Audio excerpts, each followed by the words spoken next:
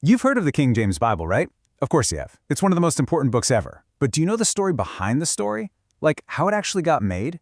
This isn't just some boring history lesson. This is about the hand-picked, elite team of absolute geniuses who were brought together for what was basically an impossible mission. So, let's pull back the curtain. I mean, think about that question for a second.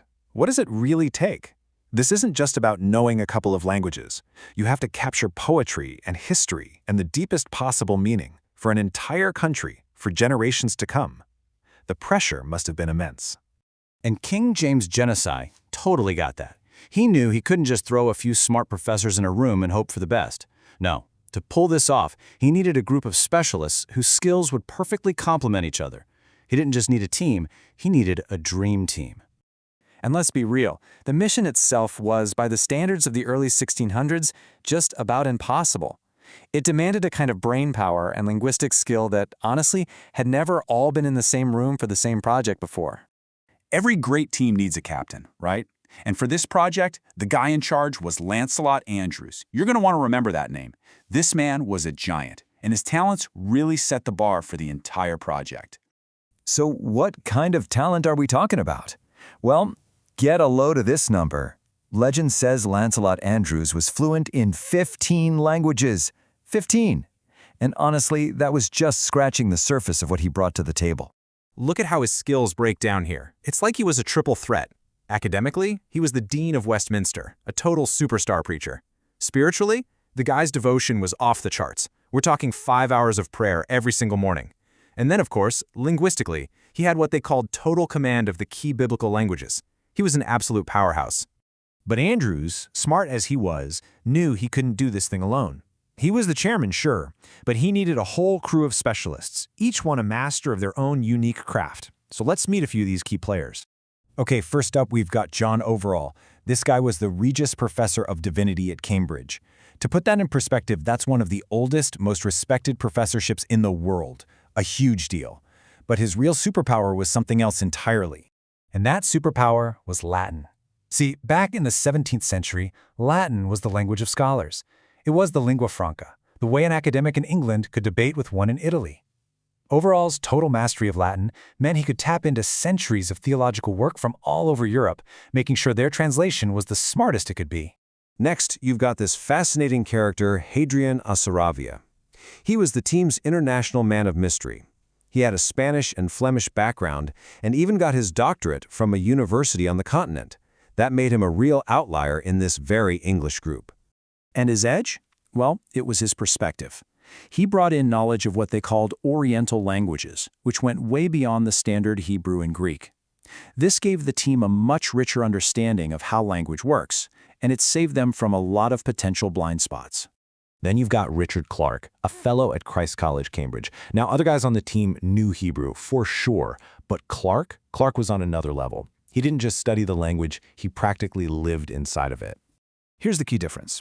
He understood Hebraic thought. He had this deep, gut-level feel for ancient Hebrew idioms and phrases, the kind of stuff that just doesn't translate word for word.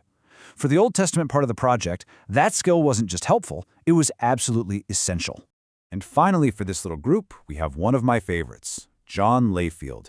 He was a brilliant scholar, no doubt, but what made him really special was that he was also one of the only academics of his time who had actually been places. He was a world traveler. And this is where his value just shines.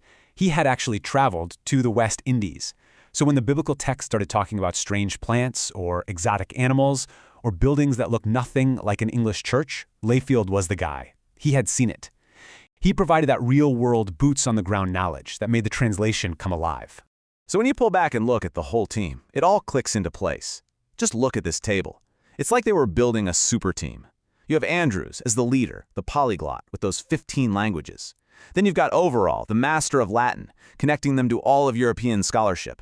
Saravia brings that crucial international viewpoint. Clarke gets them deep inside the Hebrew mind. And Layfield keeps it all grounded in the real world. Every single person covered a potential weakness for the others. It was just perfectly designed. But, having a team of individual geniuses isn't always enough. What really bound them together, what made their work truly legendary, was a shared philosophy. It was their secret weapon. And that secret weapon was this idea of semantic weight. They were obsessed with it. It meant they weren't just looking for a word's literal dictionary definition. They were digging for its soul, its deeper meaning, its feeling, its cultural baggage. And just think about that for a second, debating for hours over a single preposition. We're not talking about some complex, fancy word. We're talking about words like in, or on, or at. That's the mind-boggling level of care they put into every single decision, all to make sure the English version had the same heart as the original. So what happens when you get a team of brilliant, diverse specialists together and they all share this obsessive focus on the soul of language? Well, you don't just get a translation, you get a legacy. See, the work that Andrews, Overall, and the rest of the team did, it wasn't just about making a new Bible. They created a masterpiece of literature that would literally shape the English language itself. Their genius, their arguments, their choices, all of it is now woven so deeply into our language that we quote their work all the time without even knowing it. And that kind of leaves us with one big question to chew on. When you look at this incredible group of people and the monument they built, was it a work of pure, raw genius? Or was it the product of an incredibly deep and passionate devotion? Or was it that rare and powerful moment in history when those two things became the exact same thing?